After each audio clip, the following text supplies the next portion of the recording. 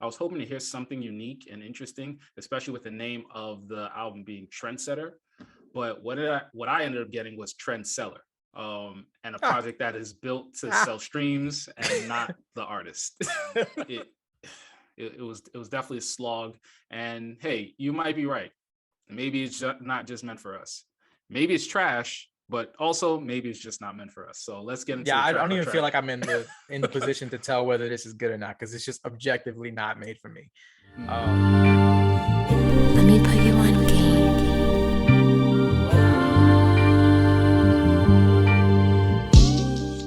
Coi Leray. Hey. She's a little bit outside of our normal purview, but we try to diversify ourselves on the podcast. It's not the kind of music that I normally listen to. It's the kind of music that I normally just let pass by me when it rolls up on my homepage of my Spotify. But I wanted to give it a chance because Coi Leray is a rising artist. If you're not familiar with her, she's a rapper / singer from New Jersey. She's gained a lot of fame recently. She's one of the most divisive artists in the music industry. She's received a lot of hate from a lot of different sources because of her persona and the kind of music that she makes. But she's persisting through all of that. And this is her debut album, Trendsetter, I believe. She's had some other projects before this, but I want to say this is kind of being billed as her big debut because it has her big singles on it. But yeah, this was an interesting listen. I'm gonna go ahead and say I have never felt more old in my life. I do not by any means think that this is bad, but it is not for me. It was not made with me in mind. It was made for a man that is much younger and has more hair than I do. But I was able to glean a couple things away from it. But overall, this is not an album that I see myself revisiting really in any capacity because it's not up my alley. I like melodic rap a lot in a lot of different areas from a lot of different people, but this style of it is just not something that I can vibe with. Again, it's not bad, but I would just say it's not for me. What did you think? So I was pretty curious about this project and its offering. I was hoping to hear something unique and interesting, especially with the name of the album being Trendsetter. But what I ended up getting was Trendseller, and a project that is built to sell streams and not the artist. Yeah, man. 20 tracks, at least 10 to 15 are completely forgettable to me. The rest are mildly interesting because of the lackluster performances by herself as well as the features. Plus the fact that she relies so much on these features. Yeah. I believe out of 19 technical songs, 11 of them have featured artists on it. You know, she's in Gunna territory for feature usage. It was definitely a slog. And hey, you might be right. Maybe it's not just meant for us. Maybe it's trash, but also maybe it's just not meant for us. So let's get into Yeah, I track don't by even track. feel like I'm in the position to tell whether this is good or not because it's just objectively not made for me. And I don't want to be too harsh on it because I don't think it's something that I necessarily agree with. Like the sound of it is just not up my alley. Don't worry, bro. I'll take those hits for you. You're just gonna go out. I'm trying to sugarcoat it for the people in the comments that are just gonna tell me how old I am and how much hair I don't have and I'm on the wrong side of 25 or whatever else they're gonna say to me. But I just don't. Yeah, if you're that brave, go ahead. Yeah, Suji objectively says that this is not good. So let's talk about it though. I may end up on your side if you can convince me of your arguments. We're gonna group this pretty heavily considering it's 20 songs. So I'm gonna go through the first 5. Hollywood Dreams. I thought that was a solid start, actually. I like her vulnerability and her addressing the hate that I was talking about earlier. You see her at these shows where people are either dead silent or they're booing without necessarily giving her a chance to perform. But yeah, she's addressing that. I think she could use more of that on this album. Vulnerability. I think she kind of excels in that area. No, I wouldn't say excels. It's better than the rest of it. that's the best I can say. Blick Blick was actually kind of catchy. Again, it's not a song that I would listen to again, but if someone played it for me, I wouldn't be like, yo, what is this? Skip it. So I guess that's a positive. Nicki's verse is what I expected, but it's not really all that bad. But again, no replay value for me. I was cool. Cool Afro beats influence there. Her and the one of many features, Young Blue, work well together. I think she does really well with melodies. She does a lot better with melodies than she does with just straight up rapping. I will say that. Thief in the Night. No, sorry, I skipped the track. Mountains. Mountains is kind of where it kind of gets into territory where I'm just like, this is not working for me. I like 5EO. I don't know. Is that how you say his name? Yeah, 5EO. I like 5EO. I like him on Donda as well. I like Young M.A, but Coi's flow is really clumsy and offbeat and off kilter, but not in a good way. It doesn't really work. Thief in the Night, that one also does not work. The beat is really basic and repetitive, and neither artist really does it for me. So I think strong start with the first 3 tracks, but then it kind of gets really mixed after that point for me. But what did you think? Yeah, I can agree with the strong start. I like the echoey, spacey atmosphere on and the subtle keys on Hollywood Dreams and Her Desires, and just ensuring that she protects herself. I like that mantra. Blick Blick, I thought was fun. Nicki brought some fire to her pen, and she brought the song was fun overall. I like that. The Afro beats on this song I thought was phenomenal. This song has no business being as good as it is. I like the production by HNNBL, Hannibal, I'm guessing, maybe, I don't know. The melodic way Young Blue and Coi flowed on the track was really infectious, and I thought the energy was perfect. A song that, legitimately impressed me. But then she just, I don't know, she falls flat on Mountains for me. Her verse literally felt rushed. Not like she rushed to write it, but she just rushed through it. And then on the hook, she was just talking. 5EO's verse brought a lot more levity, and Young M.A had a nice, end to the song saying, damn, it's like 90 degrees outside. Like, how the hell am I freezing? Cause what you got in your neck, what you got on your wrist, I'd be changing the season. I'm like, okay. But that was kind of like the best bar of the album. And if that's your best bar, things are looking a little rough. And we got another 16 tracks to go.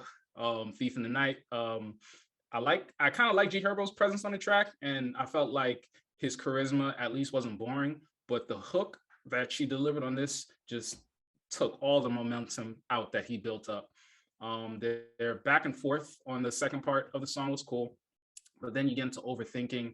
The background vocals and the acoustic guitar was a nice touch, but it felt like single bait, and I see the appeal of Coi in some ways and her being relatable on this song, but it just wasn't enough on the whole album. Her's verse was a solid performance, but it was still underwhelming. The song was fine, but it lacked something truly special and really sounded similar to other music of this ilk. Clingy, the instrumental was spacey and it wrote me in, but the verse by Nav was just decent. I thought the hook was good. I liked her talking about being clingy and codependent. It was relatable, but the song overall was just forgettable. Heartbreak Kid, the guitar based instrumental was solid, but it felt like overthinking without the background singing and the strings. It was really forgettable again. Twinnem, the Baptist church style piano keys with a whistling instrumental was fun and engaging. And it was another song that I think is okay, but she flowed nicely on this track. But then I think about the instrumental and it reminded me of Broccoli by Lil Yachty and Shelby or Dram, and it wasn't as good or as interesting. So it's like, it's reminding me of stuff that I've heard that I've liked, but it's not better than those things. Going into No More Parties, she gave me Young Thug's vibe on her whole verse. Lil Durk didn't really do much to add to the song. The instrumental was simple. She didn't really carry the song energy-wise or lyrically, and it's just not interesting to me, man. So yeah, that's kind of how I felt about this stretch. How about you? Yeah. Just, yeah, Overthinking was okay. But again, most of the songs that I say are okay are good, but they're kind of good or okay in the context of the album. They're not necessarily good on their own. I think if you had this song on a different artist album, I might say it's one of the ones that I didn't like. But just viewing it within the context of what it is, I think it's a little bit better. And I think Overthinking is an example. I liked her kind of dipping into the rap game a little bit. That's not something I've heard from her before. I caught it as soon as I said it. Clingy, that beat was a bit different. The piano was super heavy, but that works. I've never been a Nav guy. He just seems kind of there for me for the most part. It's neither here nor there. It's just, it is what it is. Heartbreak Kid, that one doesn't work at all. Her flow is really off kilter, and it kind of grates on the ears a little bit. Twinnem, that is unreasonably catchy. It's almost like, you know how I say songs are like earworms? This is like an ear parasite because I don't want it in there. Like I don't want it to be that catchy, but for the amount of times in my head I'm like, go best friend. Like it's too many. But it's really, really catchy, but it's, again, I can't go as far as to say that I actually like it. No More Parties, I thought that one was cool, but I don't really like the chorus here. It kind of sounds like she made a reference track and didn't put lyrics to it and then put that as the chorus, because she's kind of just mumbling and grunting on a lot of it, but it doesn't kind of really work in the way that I think she thought it would. Be Me Interlude, I think she has a lot of confidence in herself, which is nice. I mean, that's, do you? If you don't believe in yourself, no one will. So good for you, Coi Leray. Yes. Lonely Fans feels like a Lucy. Heart in a Coffin. Paranoid, I think this is one of the best songs on the album. I like the guitar there. I think she dives a little bit more into introspection and, you know, her trials with fame and being more visible. I like Polo G's verse as well. And then she just goes right back off of Boxing Papers, which does not work. Her verses, again, I think her rapping is a little bit of an issue for me on this album. I like her more sing-songy melodic songs, or her contributions to those songs. Like, again, I can't really go as far as to say I like much on here, but you know, I do like that aspect of it. I like her when she's more into her singing melodic back. The rapping for me just doesn't work. But again, it's probably a larger conversation we'll probably have. But with rap being one of the more popular, probably the most popular or the most influential genre in the world, there's a lot of people right now rapping that don't need to be. I think she would be a lot better served leaning more melodically, because I think she has a lot more to offer in that arena. But it doesn't really get much better after this. But I'll let you go ahead and close it out. Yeah, I mean, Be Me, she said her superpower is her ability to be herself. I gotta disagree. I think her superpower is her ability to replicate styles. Lonely Fans, besides me liking the title of the song, the lyrics don't stand out. Besides, common bragging like private islands and nice watches and having money, and it's like there's not much here that stands out. It has nothing to do with the title of the song. I feel like she just saw, oh, Lonely Fans, that's kind of fire. Why don't I make that a title? Heart in a Coffin, a better track than what precedes it, and she did a decent job of talking about the emotional weight, and I like how that kind of blended into the string elements. But it's only good by comparison, like you said. And on its own, it's not that great. Paranoid, more acoustic guitar and simple bass gave her some space to move on the track a little bit and be a little more vulnerable about her fears and how she copes with it. Polo G was nice on the track, but I would have rather heard her kind of dig a little bit deeper into herself instead of just throwing him in there. Boxing Papers is just bad. I'm sorry. It's like no in-depth analysis. Just it's as derivative as it comes in terms of her, like, just kind of being similar to her contemporaries, but just not as good or as interesting. Mission Impossible, the beat is not very interesting. The verses are not very interesting. The song is short, and I think that's the best part about it. And then, moving on too far, I kind of enjoyed it. I think the instrumentals pace was a bit too fast, but her story was cool. She's on her dead homies tip with Free the Homies. Not much else about the song that's really stands out. Mustard's interlude, acoustic guitar and auto-tune. They have some chemistry, her and the feature in the song, but the beat switches at the end just kind of save the song and it was just okay.